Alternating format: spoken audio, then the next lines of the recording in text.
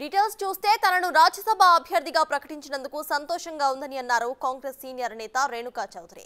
గతంలో పలుమార్లు రాజ్యసభకు ఎంపికైనప్పటికీ కూడా ఈసారి సోనియా గాంధీతో కలిసి రాజ్యసభలో ఉండటం అదృష్టంగా భావిస్తున్నానని చెప్పుకొచ్చారు. మోదీ పాలనలో ప్రజలకు స్వేచ్ఛ లేకుండా పోయిందని ఫైర్ అయ్యారామె. రాబోయే రోజుల్లో దేశ అభివృద్ధికి కృషి చేస్తానంటున్న రేణుకా చౌదరితో మా ప్రతినిధి Ram Prasad face to face. దేశవ్యాప్తంగా నేటితో రాజ్యసభ సభ్యుల నామినేషన్ ప్రక్రియ అయితే నేటితో ముగుస్తున్న నేపథ్యంలో భారతదేశ వ్యాప్తంగా కూడా 56 రాజ్యసభ స్థానాలకు ఈ రోజుతో గడువు ముగుస్తూ ఉంది. ముఖ్యంగా తెలంగాణ రాష్ట్రం నుంచి 3 రాజ్యసభ సీట్లు ఎంపిక కానున్న నేపథ్యంలో ముఖ్యంగా తెలంగాణ కాంగ్రెస్ ఫైర్ బ్రాండ్గా ఉన్నటువంటి ఖమ్మం జిల్లా కాంగ్రెస్ సీనియర్ నేత రేణుకా చౌదరికి కూడా రాజ్యసభలో అవకాశం కల్పిస్తూ నిన్న ఏఐసీసీ నుంచి మల్లికార్జున ఖర్గే నేతృత్వంలో కేసీ వేణుగోపాల్ ప్రకటన విడుదల చేయడం జరిగింది. దీనికి సంబంధించి మనతో మాట్లాడడానికి కాంగ్రెస్ సీనియర్ నేత అదేవిధంగా ఫైర్ బ్రాండ్ రేణుకా చౌదరి గారు ఉన్నారు. అమ్మ నమస్తే అమ్మ, మీకు ముందుగా కంగ్రాచులేషన్స్ మీరు రాజ్యసభకు ఎన్నిక అవ్వడం పట్ల. దీన్ని ఏ విధంగా చూస్తే మీరు గతంలో కూడా రాజ్యసభకు ఎంపిక కావడం జరిగింది, ఇది 4వసారి, ఏ విధంగా ఉంది? దీంట్లో ప్రత్యేకత ఏంటంటే సోనియా గాంధీ గారు మొట్టమొదటిసారి రాజ్యసభలోకి అడుగు పెట్టబోతున్నారు కాబట్టి నా అదృష్టం అనుకుంటున్నాను. నేను కూడా వారితో పాటు అదే సభలో ఉండటం అదే సమయంలో. అండ్ ఈ దేశంలో మారుతున్న పరిణామాలు అందరూ కూడా గమనిస్తున్నారు. పార్లమెంట్ అనే దీని స్థాయి కూడా కించపరిచేటట్టు ప్రవర్తిస్తున్నారు. ఇష్టానుసారం అడ్డగోలిగా అంతమంది మెంబర్స్ ఆఫ్ పార్లమెంట్ని సస్పెండ్ చేసేయటం, హౌస్లో నుంచి బయటకు పడేయటం, ఇవన్నీ చాలా వింతగా ఉన్నాయండి. మేము గత 40 సంవత్సరాలు మేము ఉన్నప్పుడు కూడా ఈ ప్రవర్తన మేము ఎక్కడా చూడలేదు. వాళ్ళు ఘర్షణలు చేయలేదా? ఘర్షణ చేసే హక్కు రాజ్యాంగం ఇచ్చిన అధికారం అది. నిరసన తెలిపే ఇది కూడా లేనప్పుడు ప్రజాస్వామ్యం ఏమిటి అనేది వాళ్ళు మర్చిపోయారా? గుర్తు తెచ్చేదానికి వచ్చాం. రైట్. అదేవిధంగా దేశంలో చూసుకుంటే రాజ్యసభ అనేది దేశంలో పలు అభివృద్ధికి కానీ దేశాన్ని ముందుకు నడిపించడం కానీ చాలా సలహాలు సూచనలు ఇచ్చేటువంటి పెద్దల సభ. ఈ పెద్దల సభలో సుదీర్ఘ అనుభవం ఉన్నటువంటి సోనియా గాంధీ గారే కానీ మీరు రాష్ట్రంలో అదేవిధంగా దేశంలో ఎన్నో పదవులను చేపట్టిన మీరు ఉండడం వల్ల ఇది ఒక వన్న తీసుకొచ్చే అంశంగా ఉంది. ఏ విధంగా మీ యొక్క మూవ్మెంట్ ఉండబోతా ఉంది? ఏమండి, మా మూవ్మెంట్ ఈజ్ ఓన్లీ ప్రజాకంఠం పార్లమెంట్లో వినిపించేది మా కర్తవ్యం. అందుకే మమ్మల్ని పంపిస్తారు. We are people's representative. కాబట్టి ప్రజా సమస్యలు ఎక్కడ ఏమి ప్రభుత్వాలు దురుపయోగాలు చేసేవి వాస్తవాలు ఇవన్నీ ట్రాన్స్పరెంట్ సిస్టంలో అక్కడ పెట్టి వీళ్ళ కంఠం మేము వినిపించే బాధ్యత మాది. అదేవిధంగా ప్రభుత్వం అవకతవకలు చేస్తుంటే వాళ్ళని అరికట్టి అక్కడ నిలేసి సవాల్ చేసే హక్కు మాది. కాబట్టి ఇవి బాధ్యతలు. ఇదేదో బహుమతిగా నాకు ఈ పదవి రాలేదు, మహాబాధ్యతగా నాకు కేటాయించింది పార్టీ.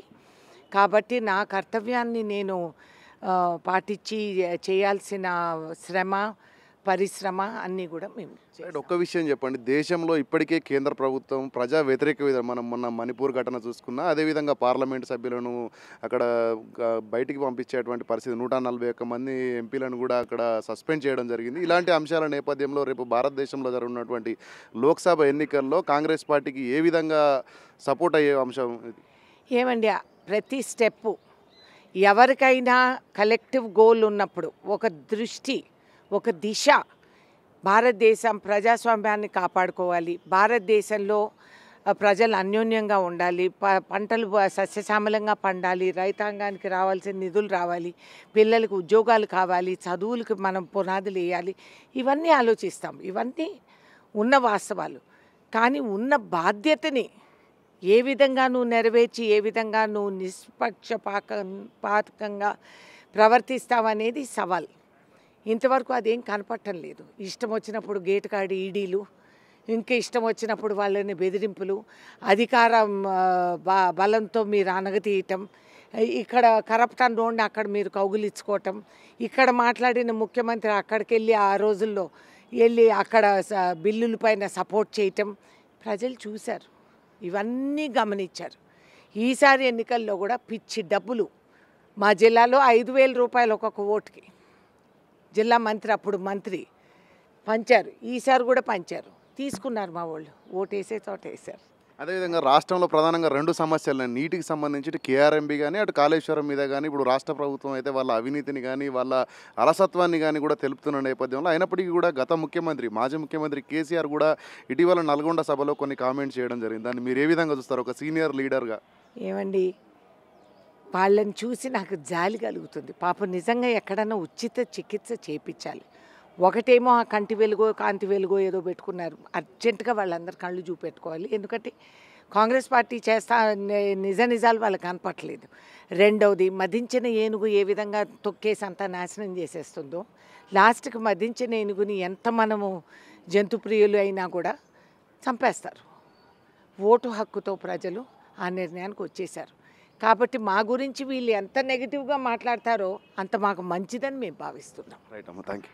రైట్, మనం చూసినట్లయితే దేశంలో రాజ్యసభలో అయితే ఈసారి సోనియా గాంధీ గారితో కలిసి పనిచేసేటువంటి అవకాశం రావడాన్ని అయితే గొప్ప అవకాశంగా భావిస్తున్నారని సంతోషం వ్యక్తం చేస్తూ ఉన్నారు. అంతేకాకుండా దేశంలో ప్రస్తుతం బీజేపీ పరిపాలనలో చాలా అరాచకాలు జరుగుతున్న నేపథ్యంలో రానున్న లోక్సభ ఎన్నికల్లో పూర్తి స్థాయిలో దేశవ్యాప్తంగా కూడా కాంగ్రెస్ పార్టీ బలోపేతమై దేశంలో రానున్న రోజుల్లో మంచి పరిస్థితులు, అదేవిధంగా ప్రజల జీవన విధానం మెరుగుపడే విధంగా అయితే వారి యొక్క ఇచ్చినటువంటి బాధ్యతను నెరవేరుస్తామని చెప్పేసి అయితే మనతో రేణుకా చౌదరి గారు అంటున్నారు. కెమెరామెన్ దుర్గా ప్రసాద్తో రామ్ ప్రసాద్, బిగ్ టీవీ, హైదరాబాద్.